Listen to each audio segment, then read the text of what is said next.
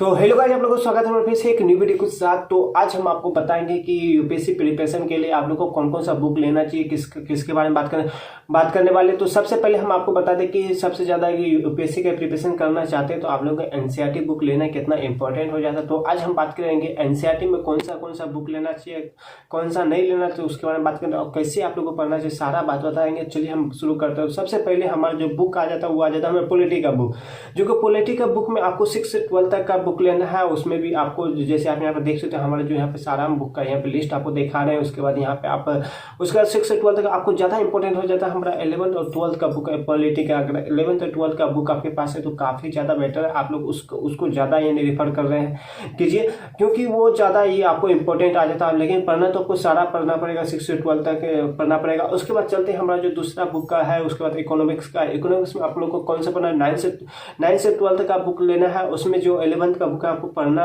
ज़्यादा ही नहीं है, आप पढ़ भी सकते हो नहीं भी पढ़ सकते हो, मगर पढ़ना तो सारा पड़ेगा। सबसे ज़्यादा इंपॉर्टेंट आपका 12th का हो जाता है। जैसे हम 11th और 12th माइक्रो जो आता है सब सब्जेक्ट उसमें आपको पढ़ना पड़ेगा, वो पढ़िए आप लोग ज़्यादा इंपॉर्टेंट। और उसके बाद आ जाते हैं हमारा ज्योग्राफी का।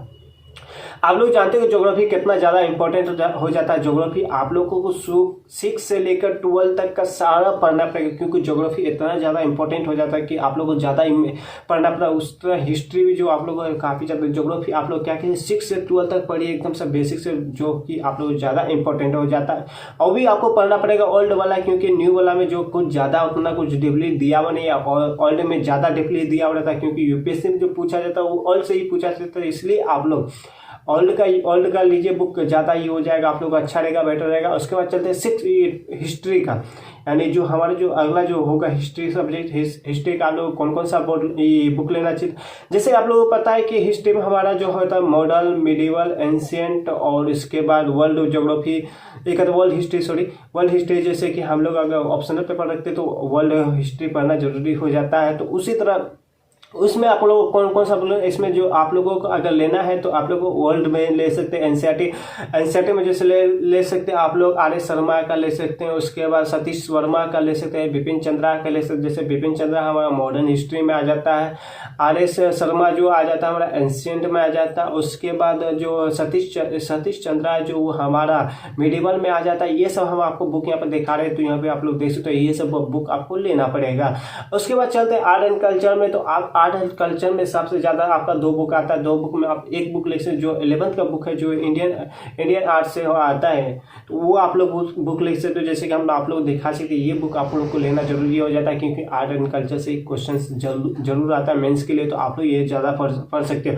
उसके बाद साइकोलॉजी की बात करें तो साइकोलॉजी में आप लोग को पढ़ना पड़ेगा 12th का बुक ले लीजिए। वैसे तो आप लोग 6 से 12 का बुक पढ़ सकते हैं, जैसे कि आप लोग यहाँ पे देख सकते हो। उसमें से ज्यादा आपको इंपॉर्टेंट हो जाता है 12th का बुक। ये अगर पढ़ लेते तो आप लोग को ज्यादा हो जाता है। आप लोग और सब बुक ऑनलाइन में भी पढ़ सकते हो, कोर्स कर सकते हो, पढ़ सकते हो, तो आप लोग को बेटे वो लोग उतना ज्यादा जरूरत नहीं पड़ता है, तो आप 12th का पढ़ सकते हो। उसके बाद साइंस की बात करें तो साइंस में आप लोग को ज़्यादा इंपॉर्टेंट बायोलॉजी हो जाता है। जैसे कि 12th का बुक आप यहाँ पे देख सकते हो, ये जीव विज्ञान यानी बायोलॉजी आप लोगों को पढ़ना जरूरी हो जाता है। और इसमें पढ़ना 6 से 12 तक है। सबको अगर अच्छे से पढ़ना चाहते हो तो 6 से 12 तक पढ़ सकते हो, लेकिन जो इंपॉर्टेंट बुक है ये ले सकते हो। चलिए अब इसमें हम अगर बात करते हैं लिस्ट की बात करेंगे कौन कौन सा बुक आप लोग को ज़्यादा पढ़ना चाहिए, तो चलिए हम आपको बताते हैं। जैसे पॉलिटी का हम बात करें तो पॉलिटिक्स साइंस में जो आप लोगों को पढ़ना पड़ेगा 11th और 12 का आप ले सकते हो, तो उसमें ज़्यादा आप लोगों को इंपॉर्टेंट। इकोनॉमिक्स की बात करें तो इकोनॉमिक्स में आ जाता है, इकोनॉमिक्स में भी आ जाता है 11th और 12। उसके बाद ज्योग्राफी की बात करें, ज्योग्राफी आ जाता है 6 से लेकर 12 तक का आपको बुक जरूर पढ़ना पड़ेगा। उसके बाद हिस्ट्री की बात करें तो हिस्ट्री में भी 6 से 12 तक पढ़ना पड़ेगा। आप लोगों को ऑल्ड एनसीईआरटी पढ़ना पड़ेगा उसमें, क्योंकि ऑल्ड एनसीईआरटी में है कि डिप्ली में दिया, आप जितना डिप्ली में पढ़ सकते उतना ज़्यादा बेटर रहेगा। उसके बाद आर्ट एंड कल्चर में करें तो आर्ट एंड कल्चर का आपको 11th का बुक आप लोग पढ़ लीजिए, अच्छा रहेगा, बेटर रहेगा। उसके बाद साइकोलॉजी की बात करें तो साइकोलॉजी में आप लोग 12th का बुक पढ़ लीजिए, जो कि आप लोग को बेटर आ जाता है।